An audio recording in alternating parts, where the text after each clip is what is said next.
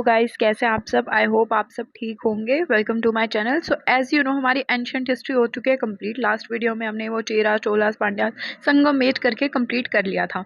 अब हमारी शुरू होगी मेडिवल हिस्ट्री। सबसे पहले हम अर्ली मेडिवल पीरियड पढ़ेंगे, फिर धीरे धीरे एक एक टॉपिक्स विद सब टॉपिक्स हम पढ़ते हुए जाएंगे। तो जल्दी हमारी मेडिवल हिस्ट्री भी कंप्लीट हो जाएगी। फिर मॉडर्न हिस्ट्री, देन फिर वर्ल्ड हिस्ट्री हम देखेंगे। और साथ में मैं दूसरा सब्जेक्ट भी स्टार्ट करने वाली हूँ, लाइक पॉलिटिकल साइंस आइदर या फिर ज्योग्राफी। सो आई होप आपको इजीली समझ में आए सारी चीज़ें। चैनल को सब्सक्राइब ज़रूर कीजिएगा जुड़ने के लिए, ताकि हर एक वीडियो आप तक पहुंच सके। और अगर वीडियो पसंद आए तो लाइक ज़रूर करना। So let's start with medieval India. Basically आज की वीडियो में हम अर्ली मेडिवल पीरियड पढ़ेंगे, जिसमें हम देखेंगे कि जो अलग अलग डायनेस्टीज़ हमारे सामने आई थी। जो हमने एंशिएंट हिस्ट्री पढ़ी उसमें लास्ट हमने चोलास, चेरास, पांड्यास वो देखे थे। फिर उसके बाद साउथ इंडिया में भी और नॉर्थ इंडिया में भी अलग अलग बहुत सी डायनेस्टीज सामने आती है। जो अलग अलग एरियाज थे वो अपने आप को इंडिपेंडेंट घोषित मतलब कर दिया था उन्होंने, वो इंडिपेंडेंट हो गए थे। तो इसी वजह से काफ़ी इंटरनल डिस्प्यूट रहा है इंडिया में। तो आज हम वही देखेंगे। During the early medieval period in India several major dynasties rose to prominence and play significant role in shaping the political, cultural and social landscape of the subcontinent. So बहुत सारी dynasties आई। तो आज की video में particularly हम प्रतिहारास, पालास और राष्ट्रकूटास पढ़ेंगे। इनको त्रिपेटाइट, इनका जो कन्फ्लिक्ट चलता रहता था, मतलब कि ये जो आप इस मैप में भी देख सकते हैं, इनका आपस में ही होती रहती थी लड़ाई। काफ़ी इनके बीच में हमने स्ट्रगल देखने को मिला है इस टाइम पीरियड में, अर्ली मेडिवल टाइम पीरियड में। सो आज हम एक एक करके इन्हीं के बारे में पढ़ेंगे। पहले बात करते हैं प्रतिहारास की, जिनको गुर्जर प्रतिहारास भी बोला जाता है। बेसिकली इन्होंने नॉर्थ इंडिया और सेंट्रल इंडिया पे रूल किया था 18 से 10 सेंचुरी के बीच में। काफ़ी पावरफुल और इन्फ्लुएंशियल डायनेस्टी रही है ये मेडिवल इंडियन पीरियड की। तो ये पहले ना राष्ट्रकूटास के अंडर में थे, और फिर उसके बाद में इन्होंने अपने एम्पायर को, जो इनका किंगडम है ना, उसको इंडिपेंडेंस घोषित कर दिया था, इंडिपेंडेंट घोषित कर दिया था, और ये खुद रूल करने लग गए थे। इनकी कैपिटल की बात करें तो जब इनके जो फाउंडर है हरिचंद्रा, उनके टाइम पे जो इनकी कैपिटल थी वो मंदोर थी, जो प्रेजेंट डे में जिसको जोधपुर भी कहते हैं राजस्थान में। बाद में शिफ्ट कर ली थी कन्नौज। और बेसिकली जो ये कन्नौज है ना, इसके ऊपर ही इनकी जो ये स्ट्रगल चल रहा है ना, इनका त्रिप्रेटाइट स्ट्रगल, जो मैंने कन्फ्लिक्ट की बात करी पालाज और राष्ट्रकूटास और इनके बीच में, ये कन्नौज को लेके ही था मेन। तो क्योंकि वो एक स्ट्रेटेजिकली इंपॉर्टेंट सिटी मानी जाती थी नॉर्थ इंडिया की। मिलिट्री पावर की बात करें, इनकी काफ़ी अच्छी एक्सीलेंट इनकी कैवलरी थी, मिलिट्री स्ट्रेंथ बहुत अच्छी थी। और इन्होंने ना नॉर्थ इंडिया का जो एरिया था ना, वहाँ पे अरब इन्वेजन होने से बहुत बार रोका इन्होंने। फिर इनके एक्सपेंशन की बात करें तो इनके रूलर्स जैसे थे नाग भट्टावन हो गए, मिहिर भोजा हो गए। मिहिर भोजा एक पॉपुलर रूलर थे इनके टाइम में, जो वैष्णविज्म के फॉलोवर्स थे, जिन्होंने टाइटल लिया था आदि वराह का, वो हो गए। फिर महेंद्रपाला वन हो गए, महिपाल वन हो गए। तो मतलब इन सब ने काफ़ी एक्सपेंड किया था, और इनकी जो एम्पायर था वो राजस्थान, उत्तर प्रदेश, मध्य प्रदेश, गुजरात, हरियाणा, यहाँ तक काफ़ी फैल गया था।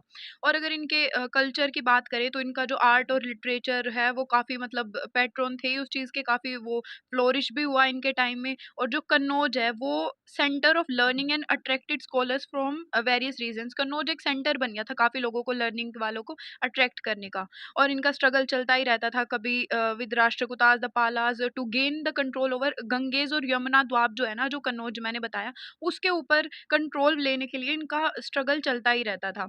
और इनका डिक्लाइन का कारण भी फिर वही बना, इनके कुछ इंटरनल कन्फ्लिक्ट्स हो गए, चंडेलास और राष्ट्रकूटास के इन्वेजन्स हो गए। तो उसी की वजह से इनकी जो सेंट्रल अथॉरिटी है ना, वो वीक पड़ जाती है, और इसी वजह से इनका फिर डिक्लाइन शुरू हो जाता है। The Pratiharas dynasty finally succumbed to the attacks of the Chandelas and other external forces, leading to the disintegration of the empire and the eventual end of the rule। तो मतलब ज़्यादा इतनी ही चल पाई ये डायनेस्टी, और फिर इनका एंड हो जाता है। हम पाला डायनेस्टी को, तो पाला डायनेस्टी जो है वो बंगाल और Bihar region, basically eastern India की एक प्रोमिनेंट इंडियन डायनेस्टी है, जो 8 से 12 सेंचुरी एडी तक रही थी। ये काफ़ी, यहाँ पे काफ़ी significant patterns of art and culture learning हमें देखने को मिलते हैं। इसको golden period of eastern India भी कह सकते हैं हम। ओरिजिन की बात करें तो गोपाला जो इनके रूलर थे, उन्होंने इसको फाउंड किया था 8th सेंचुरी में, with its capital eight Bengal's ancient city Gohar. Gohar इनकी एंशंट कैपिटल इनकी रही। और बेसिकली ये बंगाल और बिहार की तरफ ज़्यादा थी, और कन्नौज पे भी इनका काफ़ी बार इन्होंने मतलब कब्जा किया, फिर किसी और ने इन्वेड कर दिया, तो वहाँ पे भी काफ़ी रहा। वेस्ट बंगाल, बिहार, झारखंड और उड़ीसा, उस एरिया में पाला डायनेस्टी हमें देखने को मिलती है। और ये क्योंकि इसका जो बॉर्डर है वो नेपाल, चाइना से भी मिलता था, तो यहाँ पे हमें बुद्धिस्ट डिवोटीज भी बहुत ज़्यादा देखने को मिलते हैं, जो महायाना जो इनका बुद्धिस्ट ट्रेडिशन था उसको बहुत सपोर्ट करते हैं। और इसी के लिए यहाँ पे हमें जो पाला रूलर्स थे, उन्होंने काफ़ी सारे स्तूपास, मोनेस्ट्रीज, टेम्पल्स भी बिल्ड करवाए, जो आर्ट एंड आर्किटेक्चर में काउंट होते हैं। काउंट होते हैं ईस्टर्न इंडिया के लिए, जो पाला रूलर्स ने बनवाए। इकोनॉमिक प्रोस्पेरिटी भी बहुत अच्छी थी इनकी, well developed trade and agriculture system भी था, फैसिलिटीज़ काफ़ी सही थी। तो ये ईस्टर्न इंडिया की एक one of the prominent dynasty हम कह सकते हैं। नालंदा यूनिवर्सिटी की भी काफ़ी पेटोन मतलब काफ़ी सारी तारीफ हुई है, प्रशासक हुए हैं पाला रूलर्स। लेकिन इनका डिक्लाइन कैसे होता है कि कुछ तो इनके इंटरनल स्ट्रगल्स और फिर कुछ एक्सटर्नल इन्वेजन, जैसे कि बताया कि प्रतिहाराज के हो गए, चोलाज हो गए, वो इन्वेड करते रहते थे। और जो मेन था इनका एंड कब हुआ, जब बख्तियार खलजी, आगे हम पढ़ेंगे जब खलजी डायनेस्टी पढ़ेंगे दिल्ली सल्तनत में, टर्किश मिलिट्री जनरल थे, वो इनके ऊपर इन्वेजन कर देते 12th सेंचुरी में। वहाँ से जो लास्ट पाला रूलर थे मदन पाला करके आई थिंक, तो फिर वो ख़त्म हो जाते हैं। वहाँ से ये डायनेस्टी का भी, इस डायनेस्टी का भी एंड हमें देखने को मिलता है। फिर नेक्स्ट आती है राष्ट्रकूटाज डायनेस्टी, 8th सेंचुरी से 10th सेंचुरी के बीच में। तो इनका टाइम पीरियड ना एक जैसा ही है, मतलब इसी टाइम पीरियड में हुई है, क्योंकि एक दूसरे के इंटरनल कन्फ्लिक्ट्स इनके चलते ही रहते थे।